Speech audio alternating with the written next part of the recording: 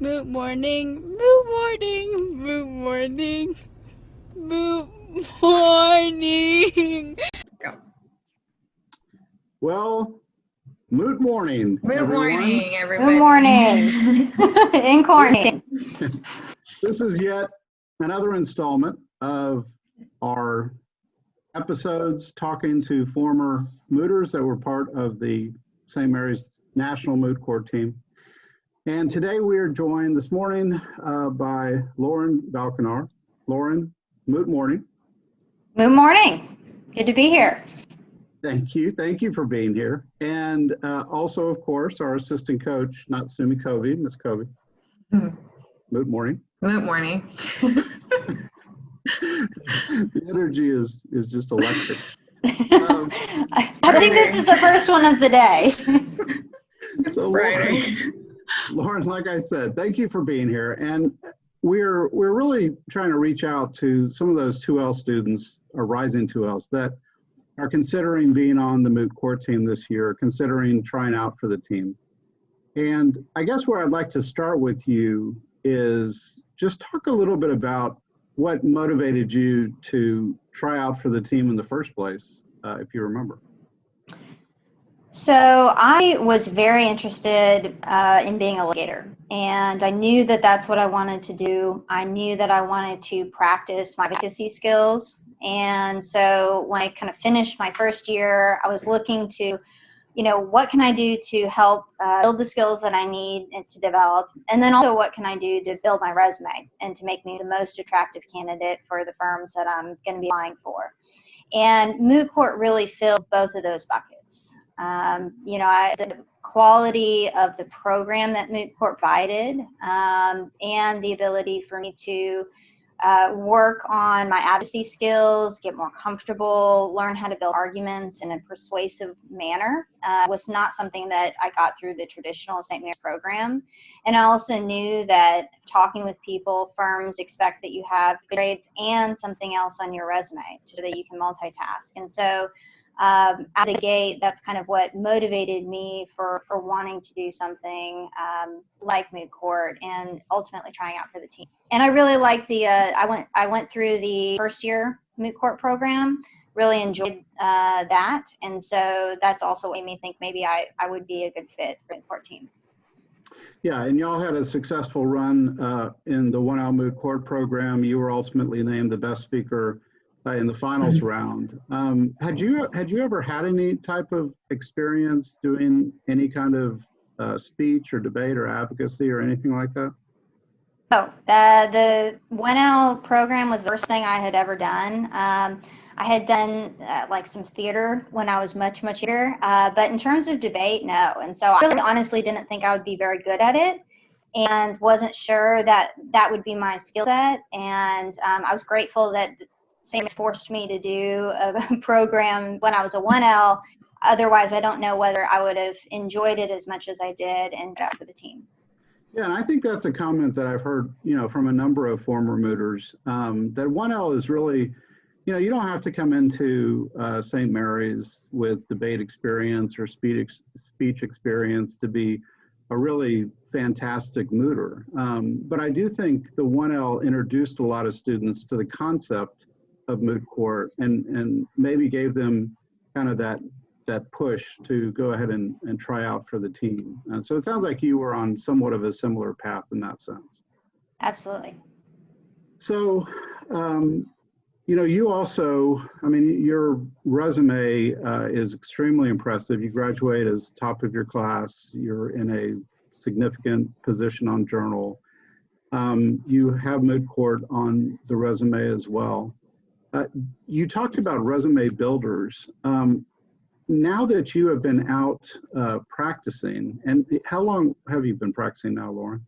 I think 7 or 8 years. Okay, so now that you've been out a fairly significant amount of time, do you still look for some of those things in your current position, or are you in a position to hire at this point? Absolutely. So right now I'm a part of the hiring committee at my firm, and we absolutely look for specifically Moot Court experience, especially for students coming out of St. Mary's. because I'm familiar with the program and the quality of the program, and I know firsthand the skills that the Moot Court team develops. And I think you really can't replace that skill set. I think in my position, kind of coming out of St. Mary's, I think I could have gotten jobs without Moot Court because I had other things on my resume, but I don't think that I would have had the confidence in a lot of the substantive work I do today. And I noticed that people who have Moot Court experience seem to be more comfortable in interviews. They seem to be quicker to settle into being a litigator and comfort in court hearings. I looked for that. I also, when I was at Norton Rose Fulbright, I was on the hiring committee there, and that was something we looked for as well. So I think that it's really important, particularly if somebody is hiring for a litigating position. Yeah, and you've mentioned litigation a couple of times now, so I want to ask you about that, because that is also something that I hear as a coach often prior to interviews, is this idea that, well, Moot Court looks impressive to me, but I think because I want to be a trial attorney, I really shouldn't do Moot Court. Maybe I should do one of the other programs because they'll benefit me more in the courtroom. They'll make me a better litigator. What would you say to a student that may have kind of that mindset? So I think I definitely debated, should I do mock trial or Moot Court? And really, when I looked at the programs, I always wanted to, I think it's always best to do form over substance. What is the highest quality experience I think I'm going to get? And if you look at the record of the Moot Court team, it is very impressive and really unparalleled, particularly for Texas. You can probably speak to this better, but I think almost every year there is a champion team at multiple international or national competitions. The caliber of the students kind of coming in and out, I think Moot Court's a bit more competitive. And so I think on the hiring aspect, knowing that it's harder to get on the Moot Court team is something I take into consideration. So honestly, I felt like I would get a higher quality experience and training in Moot Court. I also think that in terms of, I did not want to do appellate work, and I knew I wanted to be in the courtroom. The mock trial experience certainly will help the rules of evidence, but that's something you learn in practice. And what I think is more important is learning how to build an argument and articulate your point in a very short period of time. I deal with this all the time. Judges don't really necessarily want to allow you endless time. You need to get to the point and understand how to quickly move through your argument and talk about what they want to talk about. My experience in state court and federal court is actually pretty similar to Moot Court experiences, because they're just going to jump in and start asking you questions. So I think that everything's applicable, and the skills are really the same skills. And then the time requirement as well. I obviously haven't been to St. Mary's recently, but in terms of looking at, for me, kind of the bang for your buck, the Moot Court is certainly a time commitment and a lot of work. It seemed kind of efficient because when you're there, you're working on your argument, kind of closely related to your argument. And my understanding in the Moot Court experience, the processes are 3 or 4 hours because kind of having to wait. You mean mock trial? I'm sorry, for mock trial, 3 or 4 hours while you're watching other people practice and whatnot. And so for me, wanting to kind of have the most time to do my studies, do journal, do Moot Court, or some sort of oral advocacy, it really was a no-brainer when I looked at all those factors. Ms. Covey, do you have any questions for Lauren?